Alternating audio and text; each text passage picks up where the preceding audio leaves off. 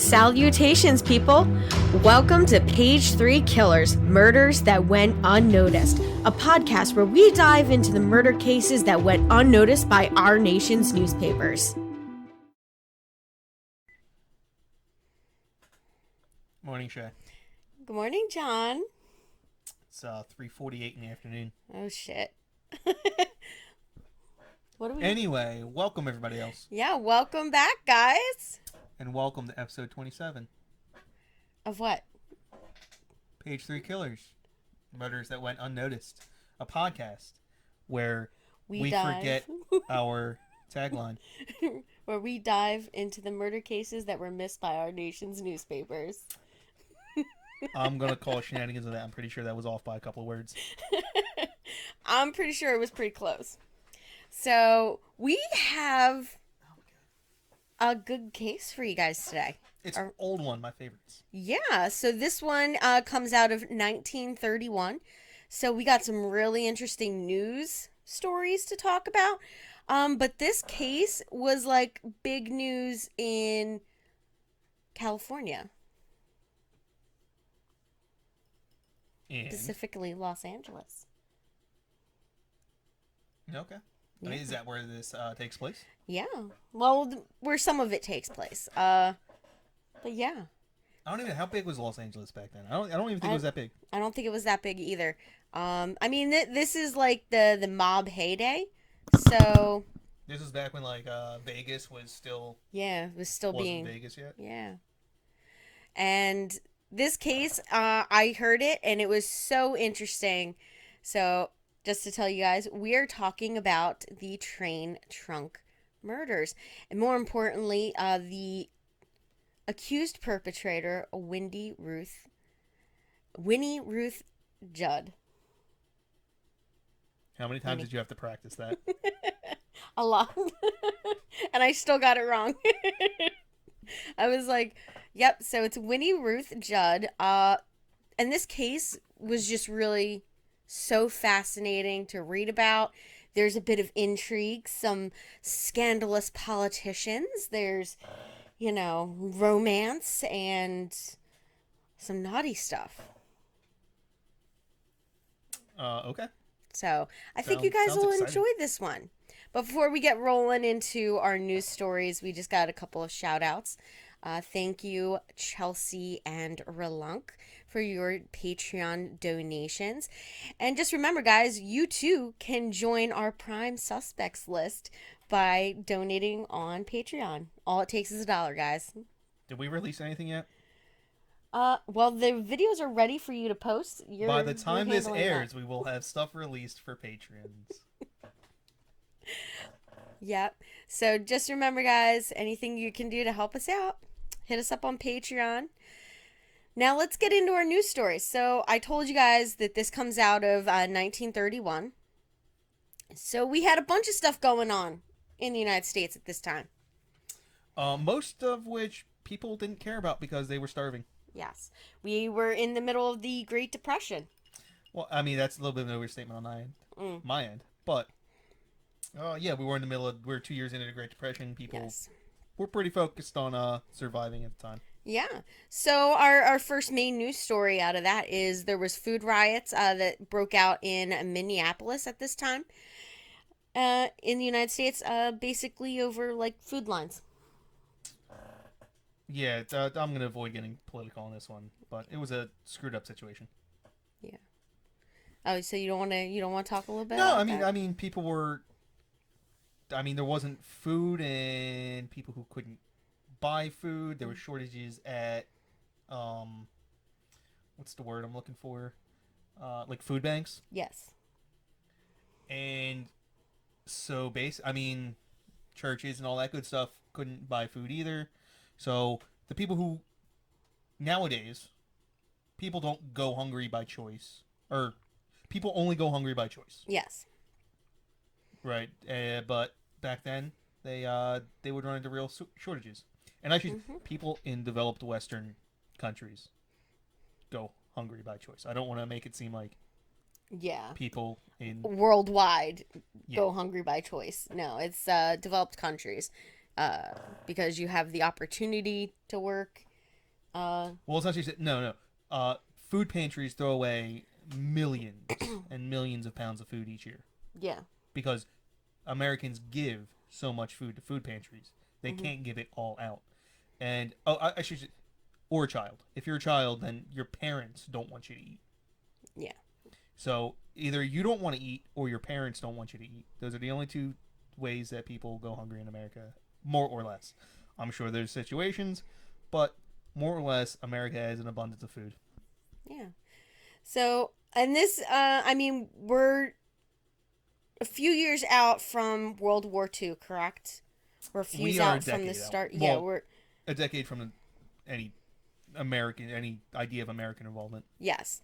So the next one here on February 4th, the Soviet leader Joseph Stalin gives a speech calling for rapid industrialization, arguing that the only industrial countries will win wars while weak nations are beaten. Stalin states, "We are 50 or 100 years behind the advanced countries. We must make good this distance in 10 years. Either we do it or they will crush us." The first 5-year plan in the Soviet Union is intensified, and the industrialization and collectivization of agriculture starts, basically.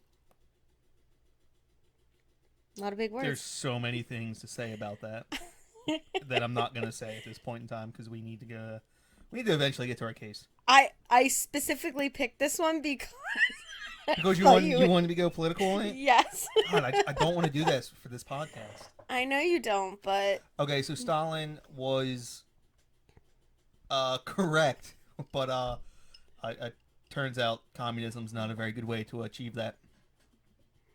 Yes, there you go. The end. Eloquently put. All right. Now on February 20th. California gets the go-ahead by the U.S. Congress to build the San Francisco-Oakland Bay Bridge, which is the bridge a lot of people commit suicide jumping off of. Oh, that's that bridge? Yep. It's a sad bridge. San Francisco Bay Bridge. I had they told us a story about that in high school. Yeah, I watched a documentary on it where it talked about the 12 the 12 most recent, I guess, people to jump from it. It was a very interesting documentary. It just went through everything up until the moment they did it. And I must admit that most of the ones that they focused on, they had videotape or photos of it happening. Yeah, people will get excited once they see someone starting to jump. Yeah. Because most people aren't just like walking down. They make a sharp left-hand turn and jump over the side of the bridge. Yeah, no. It's going to sit there. They're going to contemplate stuff. Yeah. People kind of know what's going to happen. Yeah. Now, on March 3rd of 1931, we officially, as the United States, officially adopted the Star-Spangled Banner as our national anthem. That's 119 years after it was written? Yeah, correct. Yeah. And then on March 5th, we had that Mahatma Gandhi thing, where he signs that thing with the British. You want to take this away, babe? Sure. That's Viceroy. I've never seen that word written. Viceroy? I've only ever heard that word spoken in Star Wars. Okay, so the British Viceroy, which I'm not 100% sure, I'm assuming that's like a governor. Yes. Of India, and Mahatma Gandhi signed the Gandhi-Irwin Pact, and I have no idea what that means. I'm assuming that is something along the lines of Indian independence. Yep, you'd be correct. Or, that rabble-rouser Gandhi. Yes. Doing all that. You know what the first act of the Indian Parliament after they achieved independence was? What? To ban people acting like Gandhi. They said that was illegal. That's ridiculous. Because they couldn't afford to have rabble-rousers in their country. Go figure. Yeah. Well, I guess, you're trying to stabilize the country as it is, and a lot of people aren't going to be happy with how you're doing it, Oh, and one other thing, and this ticks off people. Mahatma Gandhi was a hardcore nationalist. Hardcore nationalist. And when you tell people that, they like look at you weird. Like he had national pride, like no, like he was a national, like the same in the same way that like Hitler was a nationalist. Oh wow. Gandhi was a nationalist.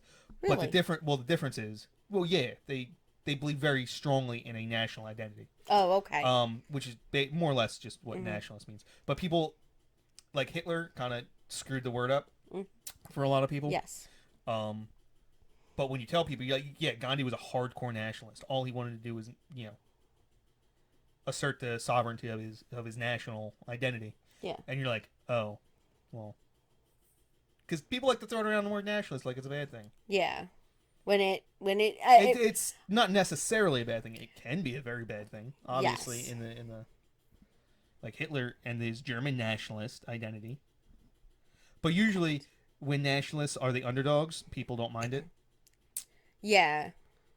And when they're the ones invading the other countries, it's usually the bad thing. Yeah. it's Yeah. It's when you're trying to kick out the invaders that nationalists correct tend to have a good name. Yeah. And then on March 17th, Nevada legalized gambling and became Las Vegas. Oh, so I mentioned Vegas earlier. I had no idea that was even in our stories. Yeah, so that's the year that Nevada State legalized gambling. So that's the year that the mob got involved in politics? The mob got involved in politics, yes. And I believe this is right around the time that, Las Vegas starts to become what is Las Vegas. But I think Reno was first, right? Yeah. Like Reno was bigger first, and then Las Vegas came after. Well, Vegas had all the mob money, so people... Yeah. They could actually build the buildings. Yeah. And I found this one here, babe, and I thought you would find this really interesting. On April 25th of that year, the automobile manufacturer Porsche is founded by Ferdinand Porsche in Stuttgart. Thank you for pronouncing Ferdinand's last name properly. What? For the love of God, people. Porsche? His name and the name of your stupid car is not a Porsche. He's a Porsche. Because he's German and they pronounce the E's at the end of their names. Yep. And, and Stuttgart. Right? Did I pronounce that one? Yes, that is very well. That's whoop, whoop. Nice pronunciation. By the way, he invented... Well, he didn't invent, but he was basically the designer of the Beetle and Volkswagen and all that good stuff. And he was like, I want to... It's actually not even a car company. Yeah. Legally, in Germany, Porsche is not a car company. What are they? Well, up until they were bought by the Volkswagen Group, ironically, they were considered an engineering firm, a consulting and engineering firm who occasionally built their own cars. Interesting. Yes. And well, obviously you've learned this from research, listening to podcasts. I want a 911 very, very badly, but I don't have the current going rate for a 911 in half decent condition. New is well over $100,000. Wow. And the cheapest I've seen one online is like $25,000 for one that is basically not running. So I know that if you ever bring home a 911, I'm going to be very angry, correct? Or really, really happy because I probably just hit the lottery.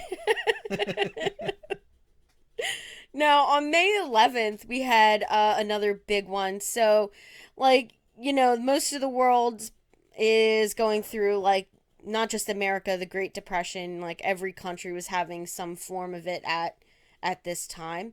In Australia, their largest bank goes bankrupt, beginning the banking collapse in Central Europe, causing worldwide financial meltdown. So I got a question for you. Yes. How does the banking collapse in Australia cause a collapse in Central Europe? I am not 100... Well, I'm assuming because it is part of the British... It was no. No? No, you read it wrong. It's Austria. Oh, Austria. Oh my gosh. I just keep on thinking of the line from Dumb and Dumber. So where are you from? Austria. Have another shrimp on the barbie. I messed up that quote, but that's like the the gist Yeah, of it. I'm sorry, guys. Yes, Austria, their largest bank. Yeah. Which actually makes sense with the next one. The German Chancellor, Dr. Heinrich Brunting, visits London, where he warns the British Prime Minister Ramsay MacDonald that the collapse of the Austrian banking system caused by the bankruptcy of the Kredenstalt has left the entire German bank system on the verge of collapse. And that's on June 5th, weeks after May 11th. This is ultimately what gives Hitler. Yeah. Everything in the 30s with Europe has to do with Hitler. Yes. And this is ultimately what gives Hitler the ability to become chancellor. Yeah.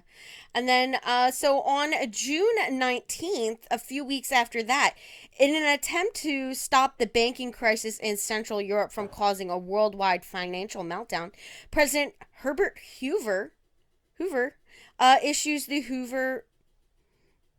Oh my gosh, moratorium. Yes, and what do you know about that, babe? If I remember correctly, I believe that it lifts restrictions on German banking, because I mean we're still under the Germany's still suffering under the Treaty of Versailles. Yes, and I believe this is a way to alleviate some of the them having to basically give other countries a bunch of money. Oh. There you go. I mean, it all doesn't work. They ended up hyperinflating their currency and destroying their own economy. But, yeah. Hey. Yep. All right. And then the Geneva Convention, 1929, relative to the treatment of prisoners of war enters into enforcement. So basically, those rules, for the Geneva Convention, for treatment of prisoners, it begins to go into effect. So you can no longer treat your prisoners of war in certain ways. It didn't work. Yeah, it didn't work because we obviously go into another world war and prisoners of war got treated like shit. It's really funny. The our military IDs when I was in the military, on the back it's a requirement as per the Geneva Convention that I have that on me. And that's so if I'm ever captured, if I give them that military ID, that basically that's all I ever have to say to anyone who captures me. I can hand them that ID, and it identifies me, the country I'm from, and the branch I'm in. I mean, they're still gonna torture you. Yeah, I mean, obviously, because the Geneva Convention is a joke. It can't enforce anything real. You're in the middle of war; it doesn't really matter. Yeah. But that's beside the point. Theoretically, if I was ever captured, I could hand over that ID, and I couldn't be I shouldn't be compelled to do anything else. Yeah. Because I forget exactly the wording, like the Geneva identification ID, or I forget, but it says right on there, Geneva. Yeah. So at this time, not only are we going through, there's obviously financial issues worldwide. We have in America, we have the Great Depression and the Dust Bowl going on. And not only that, we have the polio epidemic that is just ravaging people as well. So around this time in July, John Haven Emerson of Cambridge, Massachusetts, perfects the Emerson iron lung just in time for the growing polio epidemic, and it saves a lot of lives. It's basically just the contraption allows it breathes for you. Yes. Yeah. In case anyone was unaware of that. Yeah. So those are our regular news stories. I'm sorry that not much good was going on in the world at this time. God, that wasn't the seedy side of things? That was not the seedy side. We are about to hit the seedy side right now. And we are going to start off with March 25th. We have the Scottsboro boys are arrested in Alabama and charged with rape. And this was, I'm not sure if they were actually guilty of anything because, I mean, this is Southern America and all of these boys that were rounded up for this were African American. So Called it. whether they were actually guilty of something, I can't say. But at this time, they were arrested and charged for that. Now, the next one was a little bit more interesting. How are we not going to comment on the name of that group? The Scottsboro Boys? That's baller. Yeah. It is kind of. But, I mean, I wouldn't associate it being baller with the situation at hand. Fair enough. But, like, is that what they were known as before they were? No. Okay, so so that sucks. Yeah. Because they gained that name afterwards. Correct. If they were just like, yeah, we're the Scottsboro Boys. Like they were like a band or something? Or they were just like a gang. I mean, as 1930s of a gang as you could be. Yeah. I think that's a cool name. Yeah. Now we're going to roll in on April 15th. We had a really interesting one. Now, I'm probably going to butcher this. Like you do everything else. Like, yeah. All right. So there's a lot of Italian in here. Okay.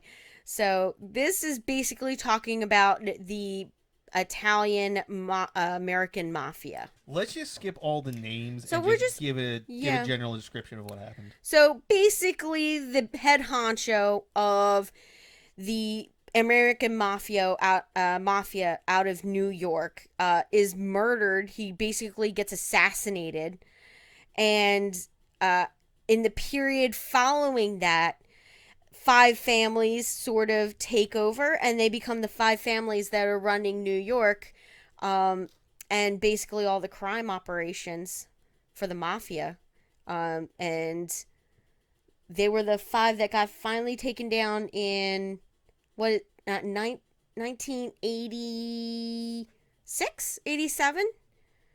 I think it was like 80, 85, 86. Maybe. I don't know. I'm not a mob guy. Yeah. But I thought that one was super interesting. Capo de tutti I capi? The boss of all bosses. Yeah. That's what. And that was Salvatore Marzoni. I want to be able to put that on my resume. What was your previous position, Mr. Potts? I was the boss of all bosses. What? That is kind of cool. Well, what kind of aspirations do you have in this company? What do you think? To be your boss? To be your boss's boss. You know your boss? I'm going to be his boss. You know his boss? I'm going to be that guy's boss. CEO? Boss of him too. Once I'm the boss of everybody, I want to be the boss of myself. Damn. It's bosses all the way down. Shit. That would be kind of crazy. Could you just imagine? I want to be able to fire myself. And then quit in response. And just like give yourself the middle finger. Tell myself to go fuck myself, and then I'll find a better job somewhere else. That's what I want. That's hilarious. Yes. That is what everybody is tuning in for. And that's what that guy got to put on his resume. Yep. Until he gets murdered. Yeah, until he gets assassinated 6 months later. Yeah, so but it was super cool. Now, on May 7th, we have the siege of West 91st Street. Now, this is an 18-year-old serial murderer, Francis Two Gun Crowley. They're the best names. That is like the best name I have ever heard. Crowley. Like, he surrenders after a 2-hour battle with New York Police Department, witnessed by 15,000 bystanders. It was a baseball game. Yes! Like, who can say that? I mean, he surrenders. He doesn't even die. How is it that, we have like all of this police brutality shit going on, and this guy here just goes for a 2-hour gun battle You wanna know why? against the entire police department? You want to know why? Why? Because he had 2 guns. The cop probably only had 1. Yes. And so this one was super crazy, and I am looking forward to looking into this one more. For our Patreons, for our patrons on Patreon. That's a cool one. Yeah, I thought that would be a really good one to talk about. And then to close it out, on October 17th, we have American gangster Al Capone is sentenced to 11 years in prison for tax evasion in Chicago. And then I think he end up in prison over here in PA. Yeah, he's in the Pennsylvania State Penitentiary. Well, he was. Eastern State Penitentiary. Eastern State Penitentiary. That place is crazy scary. It's creepy. I believe his room is still in the... Like, they didn't... Yeah, they after he left. Yeah, I mean that prison is falling apart. Right? Yes. Yeah, he died of syphilis. Yeah, he died of syphilis, and he thought he was being haunted by a ghost. Although, if you look at his room, if anyone ever gets a chance to go to Eastern State Penitentiary, it's like a haunted house now. You can still see the Capone room. It's really, really cool. And if you look into the history of Eastern State Penitentiaries, it's considered haunted because it was one of the worst places you could ever get incarcerated. We're talking like third world country levels of nut jobbery.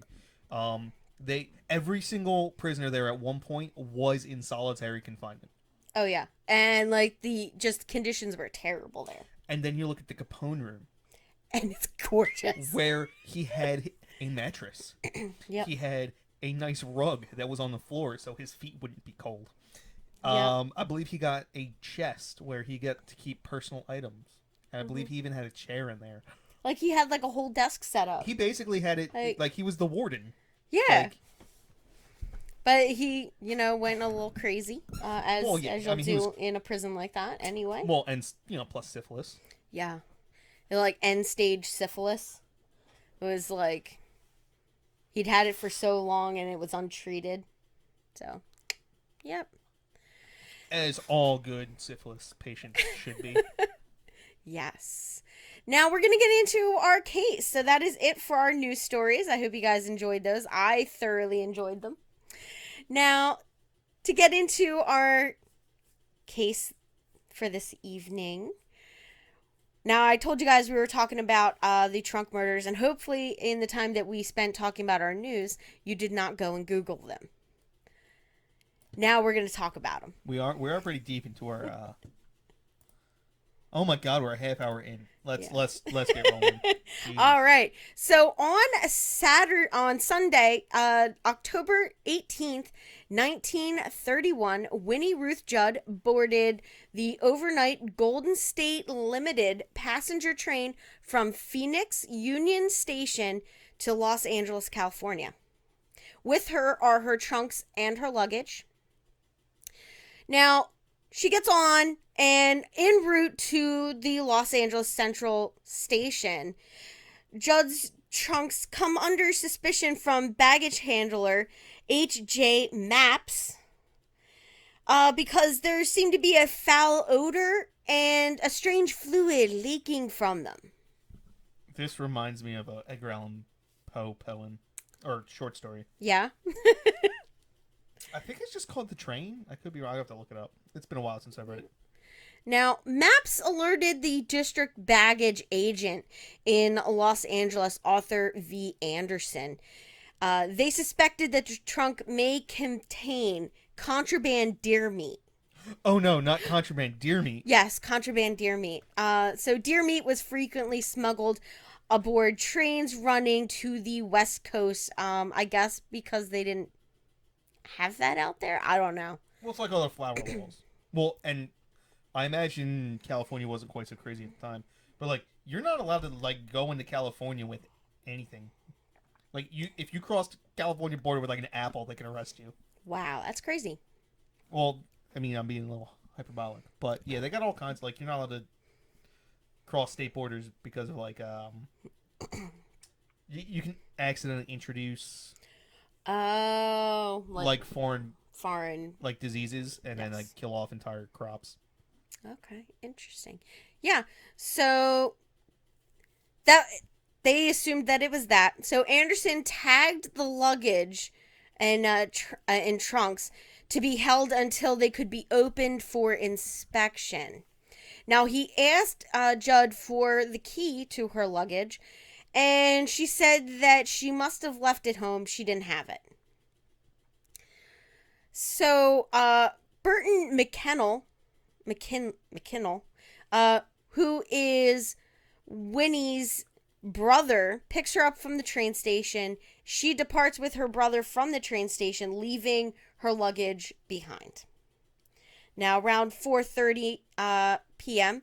that afternoon, Arthur Anderson calls the Los Angeles Police Department, the LAPD, to come out and take a look at that luggage. He reports the suspicious trunks and luggage to the police. Now, the police arrive and they pick the locks on the trunk. And at that point, police discover 2 bodies stuffed inside the trunks. As it turns out, it wasn't contraband deer meat. Yes. It was contraband people meat. Yes. Now, Burton had dropped his sister off somewhere in Los Angeles where she proceeded to disappear. Now, she hid out for several days until she surrendered to police at a funeral home on the following Friday, October 23rd, 1931. I can only hope she went out like Two Gun Kelly. No, she didn't. Unfortunately. This would be an even more interesting case if that were the case. Which, by the way, Machine Gun Kelly should change his name to Two Gun Kelly. Yeah. I think it'd be more interesting. I guess he thinks maybe a machine gun's better than a... I mean, they both sound pretty cool, but, you know. Now, Winnie was born on January 29th, 1905 in Oxford, Indiana. Her parents were the Reverend H.J. McKinnell, and a Methodist minister, and his wife, Carrie. At age 17, she married Dr. William C. Judd, a World War I veteran, and he was more than 20 years her senior. I was going to try to do the math on that. I was like, he has to be a World War I veteran. He's 37. That was 1918. We're talking, so that's 12 years. So he had to be at least 30. He was 37. Okay. 20 years her senior, which means he's 20 years older than her. So 17 still, plus 20 is 37. Even at... Well, I was just trying to do the math from the World War I. Yeah. But, like, even 30 and 17 is weird. Yeah, that's a weird... I mean, you're just coming into adulthood at 17, and you're already marrying this is the middle of Great Depression. That's true. You were an adult at, like, 3. Yeah. You better get your ass back in the mines. I don't know what diapers you change around here to think you can't go to work today. Now, she moved to Mexico with her husband, Dr. William Judd. Now, William was reportedly a morphine addict as a result of war injuries. This caused him to have some difficulty keeping and maintaining a job. He's a doctor. What? Yeah. Wait, hold on. What kind of doctor? Is he a medical doctor? A medical doctor. Okay. Yeah. So writing his own scripts for morphine. I was just about to say, you know what being a medical doctor does? Makes it really easy to get morphine. Yeah. So that probably didn't help his addiction. Probably should go into a different line of work. Yeah, he probably should have, So, yeah, so he has difficulty maintaining and keeping jobs. And they move frequently due to this. So their marriage was further strained by Winnie's health problems and her inability to have children. So by 1930, the couple was mostly living separately. So they were married, but they were living 2 separate different lives, and in different locations. They remained in constant communication, though. So they did talk to each other. Now, Judd was at this time going by her middle name, Ruth, and she moved to Phoenix, Arizona, where she worked as a governess for a wealthy family. During this time, she met John J. Halloran, a.k.a. Happy Jack. They have all the cool names. Yeah. Back when nicknames were like kind of cool. Nowadays, like, you get just real shitty nicknames. Well, no, you just don't get nicknames. Yeah. And they're considered mean and offensive. Well, yeah, and I mean, your friends, they call you Potts. Yeah, but that's just my name. Yeah. So it's like not really... Dad be called, like, Four Eyes Johnny. I can start calling you Four Eyes Johnny. If you start calling me Four Eyes Johnny, we're going to be starting living these separate lives, dealies. No. These married but living separate lives things. Now, John J. Halloran, or Happy Jack, he is a 44-year-old Phoenix businessman who was active in the city's political and social circles. So he's a bit of a politician. Now, Halloran at this time is married and had a reputation as being a bit of a playboy, and I just love this, a serial philanderer. Like, I just love the terms that they have for a cheater. What do they call someone who only cheats on, like not a serial philanderer? Like a mono philanderer? Like he has only one lover? Yeah. Or is it just a philanderer? Just call him a dick. Well, I'm trying to be official here. Like, Then he would just be a philanderer. A serial philanderer implies that there is a multi-level of... There's multiple... He's done it multiple times. There should be adjectives attached to everything. So. Yeah. Okay. Yeah, so Winnie and John hook up and they become friendly, and eventually they start to have an extramarital affair. Both of them, because they're both married. Now, after a few months, Winnie began working as a secretary at the Grunau Medical Clinic in Phoenix, where she meets Agnes and LeRoi, who is an x-ray technician, and her roommate Hedvig Samuelson, who is a female, by the way. Wait, no way. Yeah. Hedvig? Yeah. I did not know Hedvig was a... Well, I guess, I don't know. Yeah.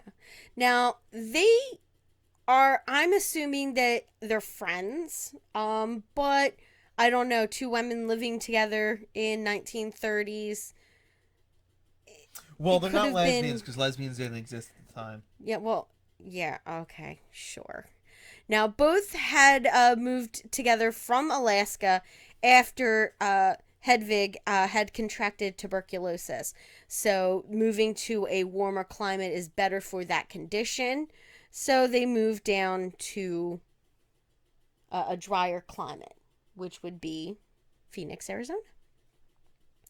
Now, the two women were both friendly with Halloran, and that's how they sort of met Winnie. And they all became friends, and, you know. So, she became friends with LeRoi and Samuelson, and even moved in with them for a couple of months in 1931. Now, but differences developed between the women, and Winnie soon returned to her own apartment. Her apartment was located a short distance away from the rented bungalow shared by LeRoi and Samuelson. All right. She killed them both, didn't she? But I don't look at these scripts beforehand. I'm guessing. Yes. So, well, it is up for debate, okay? Oh, she just casually carried her dead bodies around afterwards? I'm just saying, wait until you get all of the information. Because we have a politician involved who that's all you need to say. is having an affair with more or one of the women. So there is another theory as to what happened. And we will discuss that So let's continue on through our discussion of the murders. Now, on the night of October 16th, 1931, LeRoi and Samuelson were murdered. Police believe she murdered them after an alleged fight among the three women over Halloran's affections. So the prosecution at Judd's murder trial would suggest that they quarreled over a man and that the relationship between LeRoi and Samuelson broke up the friendship of the three women. So I guess the other theory is that homeboy killed her and she was trying to hide the bodies? Yeah, trying to help a for lover her out. Now, the prosecution believed that the jealousy was the main motive for the killings. The two victims were killed with a .25 caliber handgun in their bungalow located at 29 North 2nd Street.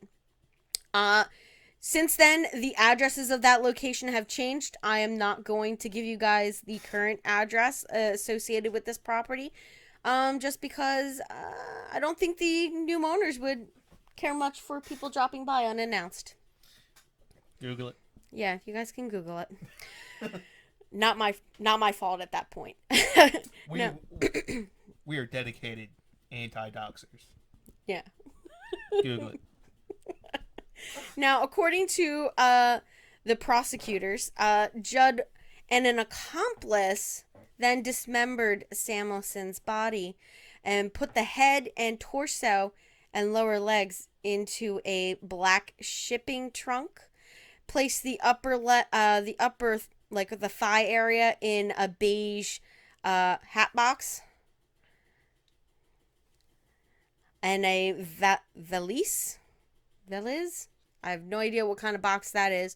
But I'm gonna assume that it was like a travel suitcase. Something that us plebs do not own. Don't own anymore. Yeah. Now, LeRoi's body was stuffed intact into a second black shipping trunk. So her body was left intact where the other body was severed in several places.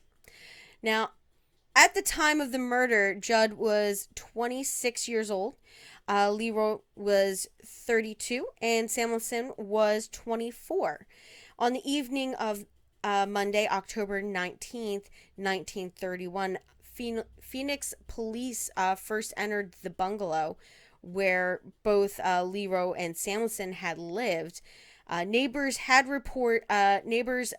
reporters were also allowed in, and they destroyed the original integrity of the crime scene. This sounds very 1930s police work. Oh yeah. It's like, no, come on in. Yeah, come on in. Check it out. We're dusting for fingerprints over here, but don't mind it. Yeah. So yeah, stupid them. Much like I feel like this investigation is very mishandled. For one. I don't know. I just keep on picturing the Black Dahlia, the murder of the Black Dahlia. Yes. Yeah. Because that was only a few years before this. Yeah. It was in the 20s. Correct. Yeah, and then just to think that they put some of those photos in the newspaper of that crime scene is just horrendous. Like, are you talking about this one or no, the Black Dahlia? Black Dahlia. Yeah. One of my favorite bands. Yeah. The Black Dahlia murder. Check them out. Now, the following day, after the police started investigating that crime scene, the bungalow's landlord placed a newspaper ad in the Arizona Republic and the Phoenix Evening Gazette. He was offering tours of the 3-room bungalow for 10 cents per person, which attracted hundreds of curious people. Capitalism at its finest. Yeah, so kind of men. After I kill you, I'm totally going to give tours of this house. Well, that trailer. Oh my god, no. I might even do it for 10 cents just in honor of this man. Babe, you're worth at least $1. I would. The bloodstains from the carotid. Oh my gosh! Now during the trial, I shouldn't say that. After you're murdered, it's not that I would do it. Okay, after the trial. Now, during the trial, Judd's defense protested, stating that by the advertisement in the newspaper, the entire population of Maricopa County, that's correct, visited that place, compromising the integrity of the entire crime scene. That is 100% true. The second that man put his gave tours of this, and put in ads in newspapers, I immediately changed the venue. Now there is no way that no judge should ever have not given him at least a.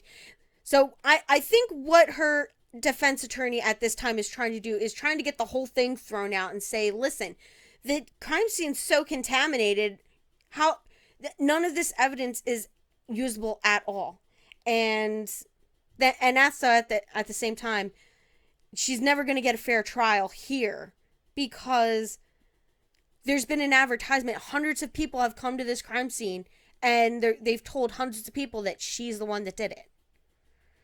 Like, when they don't know. So. Also, Maricopa County must have been really tiny at the time. That's a pretty big place now. Yeah. A lot of people there. Yeah. Now, some of the...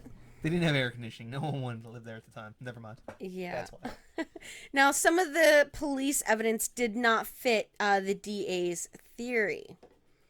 So, we know what DAs like to do. They like to not include evidence that doesn't fit their theory. Did they win? Well, we'll talk about it. So the police maintained that Judd's victims were shot while asleep in their beds. But when he was treated for a gunshot wound to her hand, implying that she was not the one firing the gun, but the one on the opposite side of the gun defending herself. So she did have a gunshot wound to her hand. This wound was seen by both of the guys working on that train. So Maps and Anderson, that were working on that train, they both saw the wound to her hand, the bandage, how it was bandaged up and everything. Second, the mattresses from the 2 beds were missing that night. And the night that the police entered, anyway, the mattresses were missing. One of the mattresses was found with no blood stains on it, miles away from the bungalow in a vacant lot. Well, I mean, and the second was never found. If she did shoot them and then shot herself as a way of covering up the crime. All I'm saying is if that's the case, what you want to do is get a .25 auto and shoot yourself in the hand. Because that's... Small caliber? Very... Okay, so there's a really famous quote from a ballistics and gunfighting expert. I can't remember his name off the top of my head.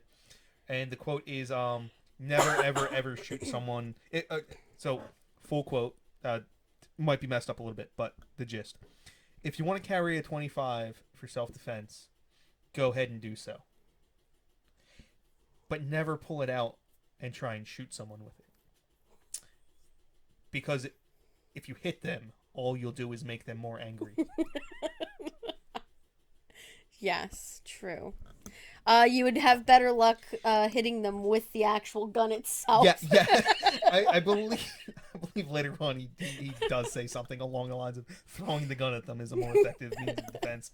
So 25 is a very anemic caliber, but was very popular back in the 30s because of how small of a gun you could, like, very, very tiny handguns. Yeah. So already the evidence is not matching with the DA and police's theory. So they're assuming that both victims were killed in their beds while they were asleep. And they found one of the mattresses, and there's no blood on it, nothing. Okay, the second mattress though was never found. So why not get rid of the bodies with the mattresses? Who knows? Why put them in trunks and save them? No clue. I need closure. I'm sorry, I don't have that to give to you just yet. Now, all right, here we go. Sorry, guys, lost my place. No explanation was ever offered as to why one was found so far away, but not what became of the other mattress. So they never offered an explanation as to why they were only able to recover one of the mattresses and not the other one. So my theory is, okay, so at this time they did not believe that there was such a thing as a lesbian, or two women that were in love with each other. I kind of feel like maybe they were in the same bed together. And that's why that mattress is definitely gone, because that mattress contained blood. Or getting rid of the mattresses, it doesn't make any sense. Like, it doesn't. Because once you get into the confession she makes, it's insane. Like, you just have no idea what is going on with this case at all. Now, the press dubs Winnie the Tiger Woman, or the Blonde Butcher, which she was referred to in local newspapers. Eventually, the case came to be known in the media as the Trunk Murders, and they dubbed her the Trunk Murderess. So, I like that one, the Trunk Murderess. That's kind of got a bit of a ring to it. Right? Yeah. I like Tiger Woman. Yeah. Put that on a job resume. So what was your previous profession? I was a Tiger Woman. Wow, what did that involve? Slaughtering two human beings and stuffing them in trunks. And more importantly, hiding their mattresses. I have a 50% success rate on that one. Yeah. So, I'm just saying. My other theory is that Winnie caught LeRoi in bed with our politician. Oh, she got jelly. And she shot her at that point. And then killed the roommate. And then what, shot herself? No, well, obviously John is still there. So he's like, we gotta make it look like an accident, or like, and they hatch up this plan. They get rid of the mattresses, because he doesn't want to be found out. Like, there's semen in the bed, right? They were together, bow chicka bow bow. So he's like, we got to get rid of the mattress and all of that. So he does all the heavy lifting, and he just sets her up to take the fall. I mean, sounds very politician-like. I mean, he could have been the killer and responsible for all the deaths. And she just showed up at the wrong time, then had to help him clean up. I mean, she just would have dimed him out at trial. Like, you think that would just be her defense? Okay. Let's read on. Talk about the trial. Nice segue, babe. Now, Winnie's trial began on January 19th, 1932 at the Maricopa County Courthouse. Now, Judge Howard C. Speakman was overseeing the trial. Now, during the trial, the dismemberment of Samuelson's body was never referred to. So they never talked about that. They never talked about the fact that she was dismembered. Now, as Winnie was on trial only for the murder of LeRoi, whose body was not dismembered, she was never tried for the murder of Samuelson. Why? Because it didn't fit their theory of how it happened. So LeRoi was the one having the affair with Halloran. So they only included that case because it fit the profile. It fit their theory. This whole case makes no damn sense. It doesn't. Like they dismember one of the bodies, throw it in the trunk, the other one they don't. So what I think is they thought it would be easier to dismember the bodies. They dismembered one and they were like, oh my god, this is too difficult. Somebody's gonna find us. Like, especially if you don't have like that, like any hunting skills or anything like that. Or a nice stainless steel kitchen where all the blood will run off. Yeah, exactly. Or a frozen truck to move the bodies around without people smelling them. We thought about the exact same thing.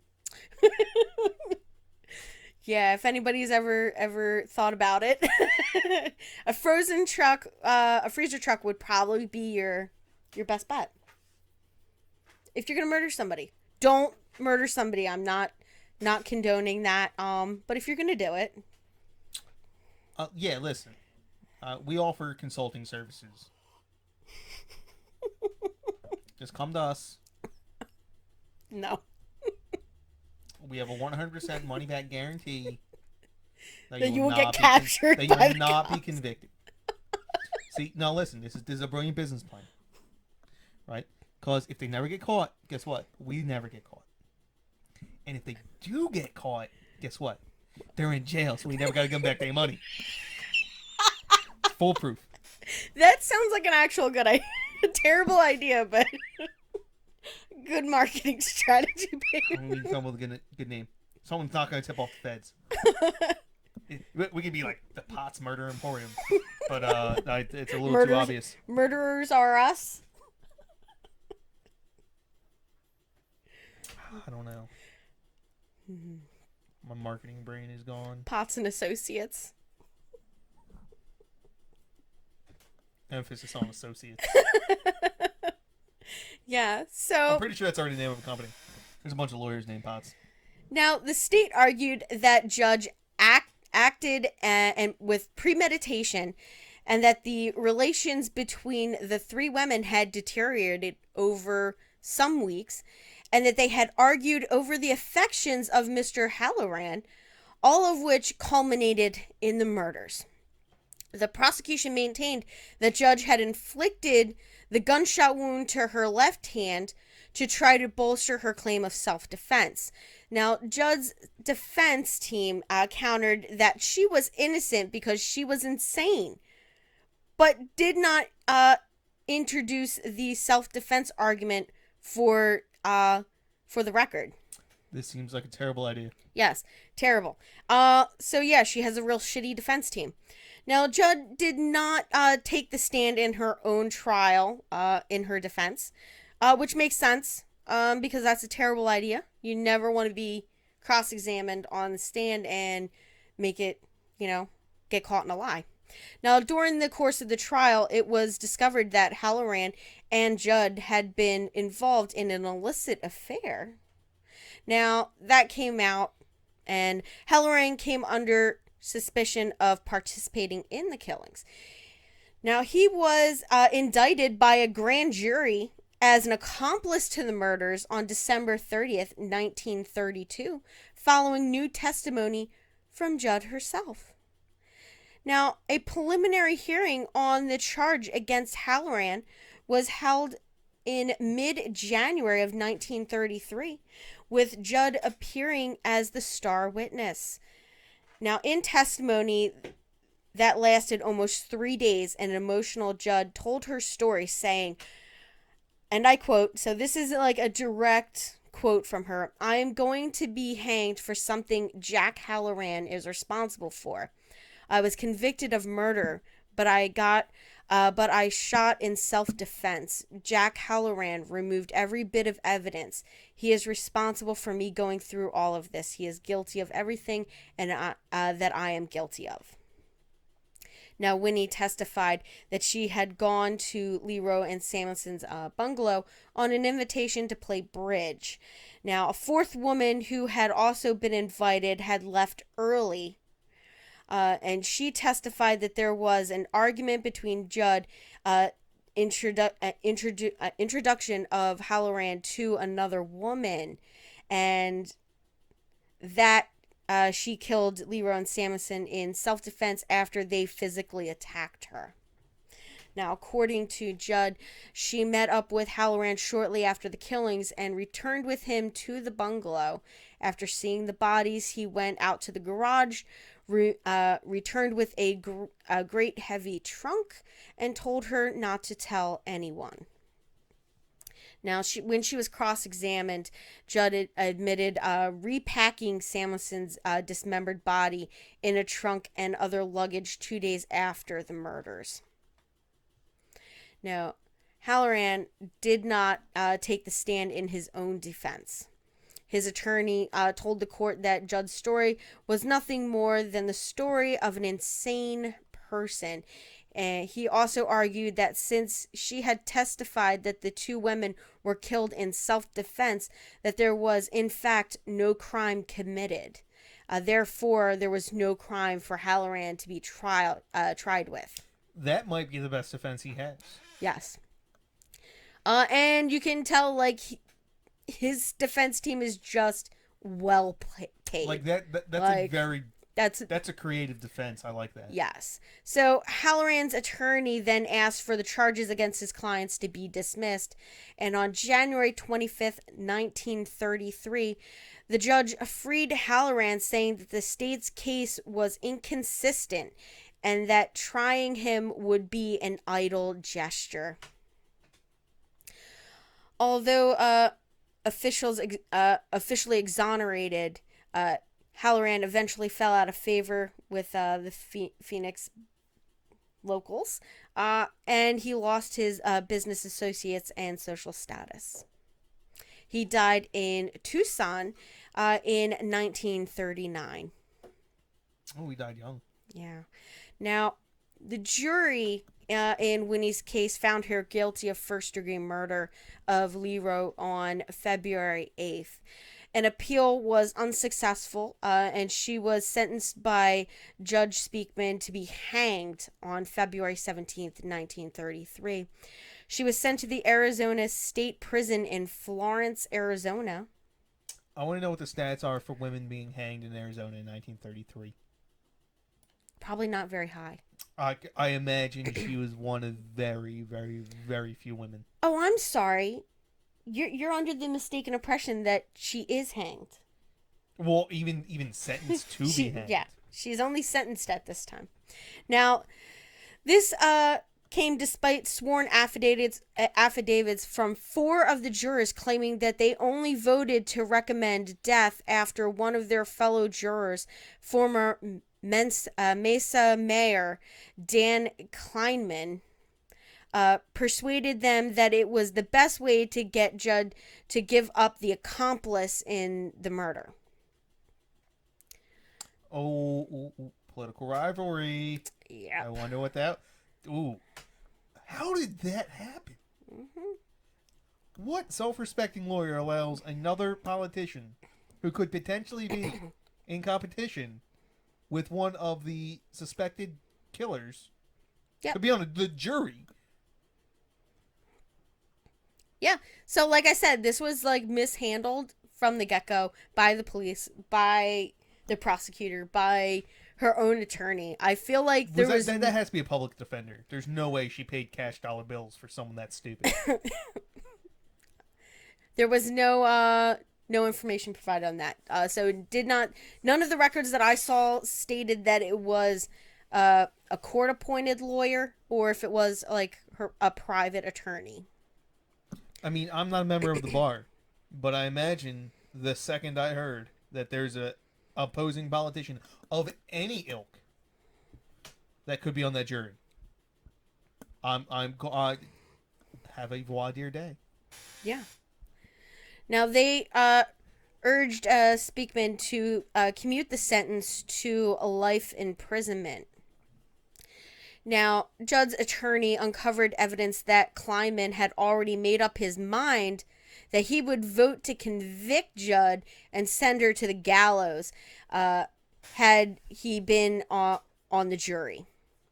So he had already decided that if he got selected for that jury, that which he was never should have been, dumbass. Correct. Now, they lodged 2 appeals on this basis, arguing that Kleinman's behavior amounted to jury misconduct. However, neither of these appeals were successful, and they were both denied. This guy's an idiot, too. Like, how do you let that go? Like, why would you just say that? Yep. Now, it's one thing to do it. It's another thing to be so asinine as to, like, brag about it. Yeah. Now, Judd was then sent to Arizona State Asylum for the Insane on April 24th, 1933.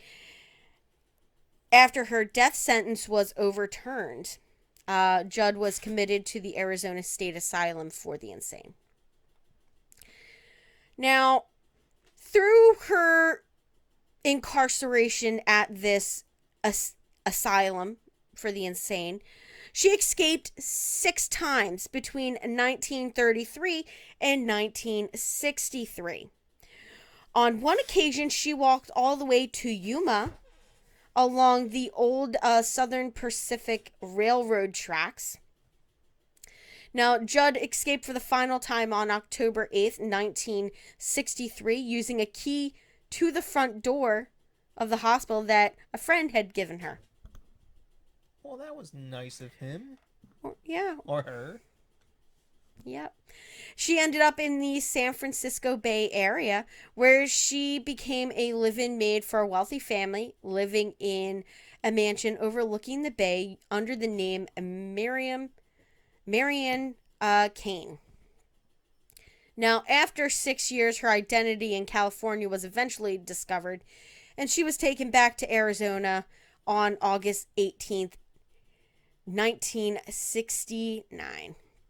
Now, Judd hired a famed San Francisco defense attorney, Melvin Bill, who in turn hired Larry Debus to handle her case. Now, Governor Jack William of Arizona agreed to sign for Judd's release as long as the meeting was kept hush-hush. So he didn't want anyone to know that he was going to be, releasing her from the institution.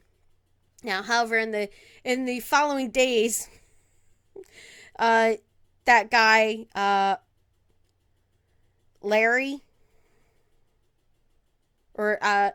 Melvin, called a press conference calling for Judd's immediate release, forcing Debus to fire Melvin. Now, Judd was paroled and released on December 22nd, 1971, after 2 years of legal wrangling, basically. That's how they put it, was legal wrangling. In 1983, the state of Arizona issued her an absolute discharge, meaning she was no longer a parolee. Now, Judd moved to Stockton, California, where she died on October 23rd, 1998, at the age of 93. 67 years to the day from her surrender to the LAPD in 1931. Now, there was a secondary investigation done back in around early 90s. And it was done by an investigative journalist, Jana Bommersbach. Yeah, Bommersbach. Yeah, that looks good to me. That re-examined Judd's case for a series of articles in the Phoenix News Times, and later a book called The Trunk Murderess, Winnie Ruth Judd, which I did read a little bit. It was pretty good. I didn't read the whole thing. I am planning on taking a look at that and finishing it. Now, as part of her investigation, she interviewed Winnie herself. So she conducted a series of interviews with Winnie, the police, and the prosecution for that case. Now, she uncovered evidence that suggested Winnie was innocent. To her, Winnie was innocent. Now, she also faulted the press for the coverage of the trial. Now, she remarked that it was like a supermarket sleaze of today. So it was the trial was treated on par with so it was like an Inquirer story. Yeah, like beach bods of the super of super famous people who has the top 10 beach bods or worst beach bodies for the summer, like that kind of sleaze, like stuff that doesn't actually matter. She argued that the press helped create such an atmosphere of prejudice that Judd was not able to have a fair and free trial. That she basically was never able to have that because of all the articles that the newspapers, local newspapers, circulated. Now, according to Bommersbach, due to Phoenix small population 1931, which was just over 48,000 people, the members of the Phoenix police knew Halloran and were aware of his associates, friends, and girlfriends. Now, some police officers also knew the victims. Now, some even believed that Judd hadn't killed anyone, even in self-defense, but was only covering up for Halloran and possibly others. Now, Halloran's release was considered by some to be a miscarriage of justice, and that his exoneration was a political cover-up. She learned that Halloran's gray Packard was spotted at the crime scene that night, the night of the murders, and again the next day. Now, according to Bommersbach, there was indications that Judd was not capable of dismembering Samuelson's body. Now, according to autopsy photos, the dismemberment was performed with surgical skills that she did not possess. Now, Judd was not even physically capable of lifting either body. Now, Bommersbach also suggested that a second gun might have been involved, based on early newspaper reports that LeRoi was shot with a larger caliber bullet. But at the same time, I feel like that itself could just be like a misprint or information that they got from a police officer that wasn't correct. Because not every... you're going to talk to... As a crime reporter, you're going to talk to the cops, right? So you're going to bribe a cop to tell you, something about the case. Yeah, it looked like that one gunshot wound might have been a little bit bigger. Yeah. And that's what somebody said. That's all it takes, yeah. Yeah, and that's all it took. So I feel like that's not necessarily evidence of a cover-up or anything. I just feel like maybe that article there probably wasn't the best one to look at. Now, Bommersbach wrote about a nurse named Anna Miller, whom she interviewed for her book. Now, Miller said that she had been working at the Arizona State Hospital in 1936. Judd had confided in her that a Dr. Brown had come to see her while she was in prison and told her that he was going to confess to everything. Later, after Miller told a Phoenix attorney of Judd's story, he stated, "I am sure she told you that. Dr. Brown came to my office and wanted to tell me the whole story. he made an appointment for the next week, but he died the day before the appointment. Now, this Dr. Brown died in January of 1932 of heart disease at the age of 44. Now, according to Bommersbach, some speculated that he might have been contemplating suicide, writing, as the New York Mirror reported the day Halloran's indictment was announced, a second man would probably have been indicted, according to widespread rumor of if death had not intervened. Miss Judd's story included the declaration that a physician who had since committed suicide was summoned to the murder bungalow to aid in the disposal of the bodies. So, sure he died of heart disease? I don't know. Could be a conspiracy. Just saying. Now, Bommersbach also asked former Arizona Supreme Court Chief Justice Jack D.H. Hayes to review the trial and the appeal process. Now, Hayes believed that the trial testimony didn't reveal enough evidence of premeditation on Judd's part, leading him to conclude that if not for Kleinman, Judd would not have been convicted, she would have been convicted of no worse than second-degree murder. Now, Hayes believed that Judd should have gotten a new trial because of Kleinman's behavior, which he believed amounted to jury misconduct and jury tampering. However, Bachman's conclusion wasn't exactly unobjective. I mean, she did get did form a personal relationship with Winnie. So I don't necessarily know if her views of this entire case were not without, I don't know.